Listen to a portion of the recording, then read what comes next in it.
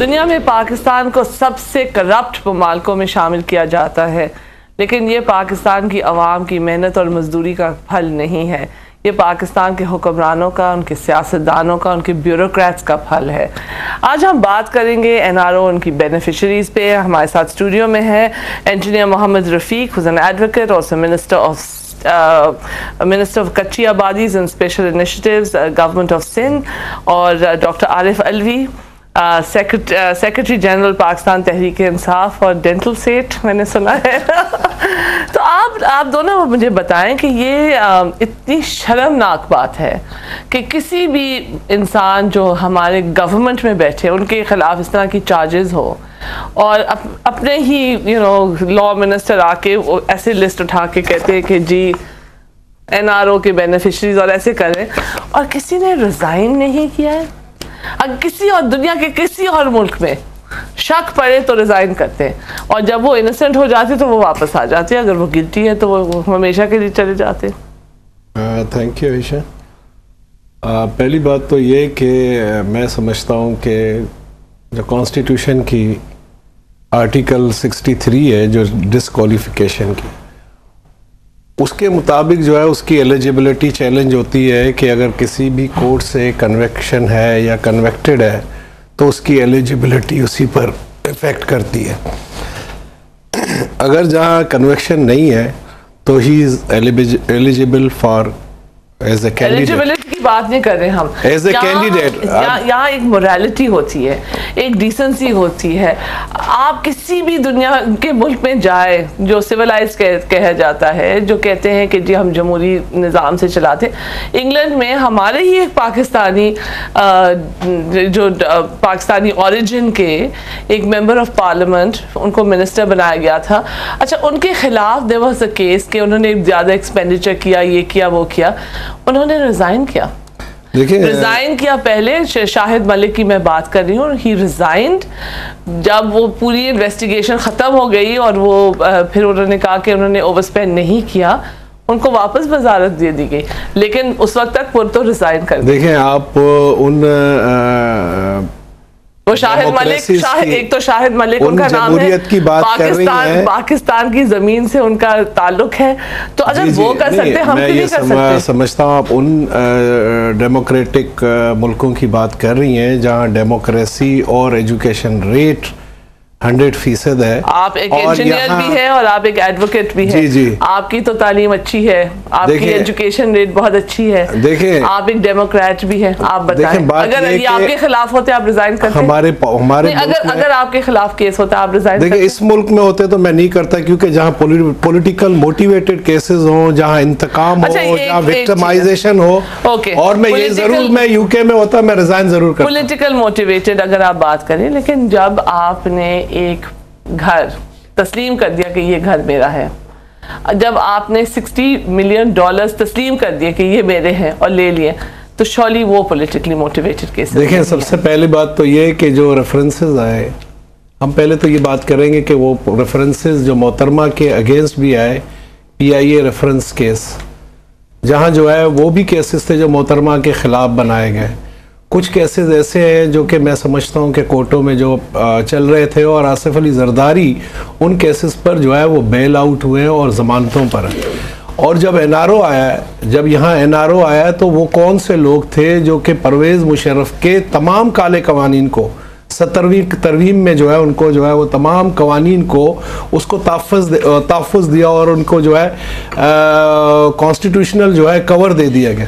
नहीं, मैं आपसे सिर्फ ये पूछ रही हूँ कि अगर आपने कहा कि ये मेरा घर नहीं है, और एक एफिडेविट भी फाइल किया, सब कुछ फाइल किया, और फिर जब उन्होंने कहा कि ओके इसको फिर हम ऑक्शन करने ये मेरा घर है और ले लिया वापस। नहीं, जब आप जब आप देखें ना, जो मिस्टर जरदारी के खिलाफ जो प्रेसिडेंट ऑफ पाकिस्तान है, he is right at the top of the list. जो लिस्ट आया है उस नंबर 1 है mister Asif Ali Zardari, x MNA और करंटली प्रेसिडेंट ऑफ पाकिस्तान।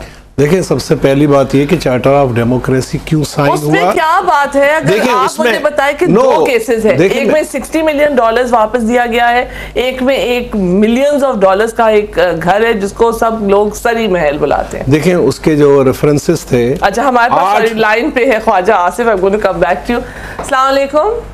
वालेकुम सलाम। How are you Khawaja Asif? बस आप सुनाओ। बस आई एम ऑलराइट। यहाँ पे बात हो रही है ये जो NRO की बेनिफिशरीज हैं, और यू नो एक बहुत बड़ी बात उठी है कि एक मोरालिटी होनी चाहिए एक मुल्क को, और अगर आपके खिलाफ इस तरह की एलिगेशंस हैं तो आपको क्या रिज़ाइन करना चाहिए अपने ओहदे से, और अगर आप अपने ओहदे से रिज़ाइन करें तो आप पार्लियामेंट से भी रिज़ाइन करें। और इसमें सिर्फ पॉलिटिशियंस नहीं है, इस पर ब्यूरोक्रेट्स भी है। नहीं, ये हमारे यहाँ पे करप्शन जो है वो सिर्फ कोई एक्सक्लूसिव डोमेन जो है वो पॉलिटिशियंस की नहीं है। नहीं, फौज की भी है। मैं उसमें फौज के भी हैं। जब फौज आती है वो भी पूरी इस गंगा में वो भी नहाती है, बड़ा यूनिफॉर्म समेत नहाती है। और उसके बाद जो हमारा कॉर्पोरेट सेक्टर है वो भी बड़ा करप्ट है। और फिर मीडिया भी, ये लिस्ट में मीडिया के भी नाम है जिन्होंने NRO में जिन्होंने ली है, रिफ्यूज ली है। और उसके बाद ब्यूरोक्रेसी, सबसे ज्यादा करप्ट इस मुल्क में ब्यूरोक्रेसी है। और इस वक्त जो मैं इसकी ट्रांसपेरेंसी इंटरनेशनल की जो लास्ट रिपोर्ट आई है चंद दिन पहले, उन्होंने आर्म्ड फोर्सेस की इंस्टीट्यूशन को सबसे करप्ट करार दिया है।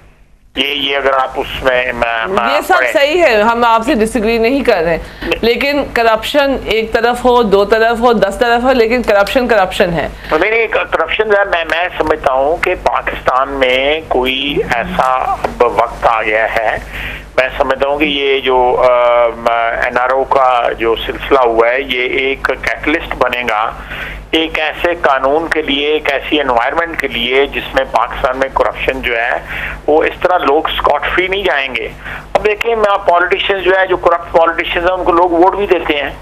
ये एक बेहतरीन तरीका होता है कि इलेक्शन के ऊपर जब करप्ट आदमी खड़ा हो, लोग आप क्या कह रहे हैं कि लोग करप्ट पॉलिटिशियंस को वोट नहीं देते? इस पूरी इलेक्शन में ये सारे लोग वोट होके वापस आए। मैं कह रहा हूँ कि देते हैं, देते हैं, ओके, देते हैं उनको। मैं कहूँ बेहतरीन वक्त होता है कि अवाम उनका एहतसाब करें उस वक्त।